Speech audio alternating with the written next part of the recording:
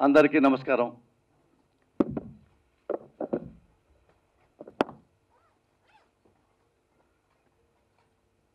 నాగ చైతన్య నాకు చాలా చిన్నప్పటి నుంచి తెలుసు. నిక్కర్లు వేసుకొని టీషర్ట్ వేసుకునే దగ్గర నుంచి.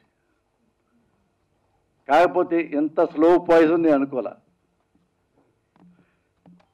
ఈ సినిమా చూసిన తర్వాత నాకేమనిపించిందంటే, అవన్నీ ట్రైలర్స్ చూసిన తర్వాత శోభన్ బాబు గారు చనిపోలేదు, మళ్ళీ నాగ చైతన్య రూపంలో ఉన్నాడు అనిపించింది నాకు.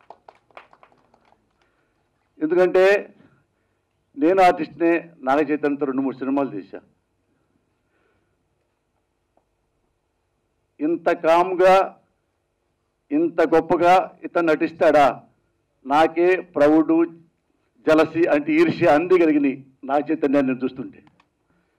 ఈయన డబ్బింగ్ చెప్పిన విధానం, టీవీ ట్రైలర్ చూడండి మీరు, అందులో ఎవరి మీద డిపెండ్ అవ్వ నేను బతకడానికైనా డైలాగ్ ఉంటుంది. రావు రమేష్ గారి డైలాగ్ చెప్పిన తర్వాత ఎంత గొప్పగా ఎంత బాగా చెప్పాడంటే,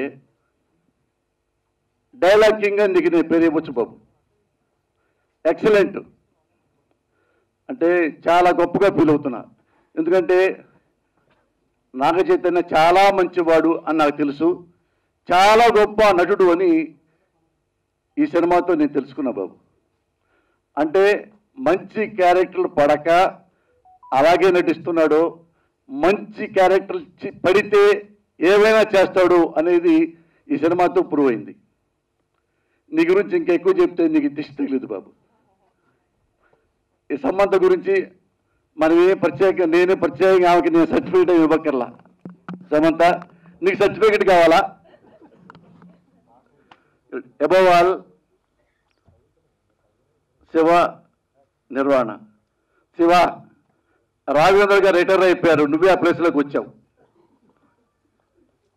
ఇలా చాలామంది ఇది ఈ రోజుల్లో ఇంత ఫాస్ట్గా సినిమా తీసే రోజుల్లో 4 సాంగ్స్, 4 ఫైట్స్, ఫారెన్లో యాక్షన్ డ్రామాస్ ఇవన్నీ తీస్తున్న ఈ రోజుల్లో సింపుల్గా 3 లొకేషన్లు పెట్టుకొని, ఇది మలకపేటలో వెళ్ళాం, అల్యూమినియం ఫ్యాక్టరీ వెళ్ళాం, ఇంకో చాటుకి వెళ్ళాం, 3-4 లొకేషన్లే. ఈ లొకేషన్స్తో 3-4 లొకేషన్స్తో ప్రపంచం అంతా కుటుంబాన్ని చూపించాడు శివ నిర్వాణ. ఇంతకంటే గొప్ప ఫిల్మ్స్ నువ్వు ఆటోమేటిక్ తీస్తావు ఇక. ఎందుకంటే రాఘవేంద్ర గారు బిగినింగ్లో చాలా మంచి సినిమాలు తీసేవాడు. జ్యోతి, కల్పన, నిప్పు లాంటి నిజం, ఇక మంచి ఫ్యామిలీ డ్రామాస్, చాలా చాలా గొప్ప సినిమాలు తీశాడు. సేమ్ ఇప్పుడున్న తెలుగు ఇండస్ట్రీలో ఉన్న డైరెక్టర్స్లో ఇంత సింపుల్గా కథ తీసుకొని ఇంత గొప్పగా తీసిన డైరెక్టర్ అంటే 1, 2, 3 వన్ ఆఫ్ ది బెస్ట్ అంటే శివ నిర్వాణ నువ్వే. అంత చాలా గొప్పగా సినిమా తీయడం జరిగింది. ఎంత మంచి సినిమా అయిందంటే, ఈ సినిమా నేను బాగా యాక్ట్ చేస్తేనో, రావు రమేష్ గారు బాగా యాక్ట్ చేస్తేనో, నాగ చైతన్య బాగా యాక్ట్ చేస్తేనో, ప్రొడ్యూసర్లు బాగా డబ్బులు పెడితేనో వచ్చే సినిమా కాదు ఇది. డైరెక్టర్కి మనసులో ఆ ఫీల్ ఉంటే, ఆ లోపల ఆ జీల్ ఉంటే, ఆ అనుభూతి డైరెక్టర్లో ఉంటే ఇలాంటి సినిమా వస్తుంది. అంతేగాని నారాయణ రైటరు పేపర్ మీద కథామాటలు రాసి ఓ బైండు, ఇవో 70 సీన్లు శివ నిర్మాణ దీన్ని బాగా అంటే తీసే వ్యవహారం కాదు ఇది. ఇదే స్క్రిప్టు నాకు ఇచ్చినా నేట చచ్చినా తీయలేను.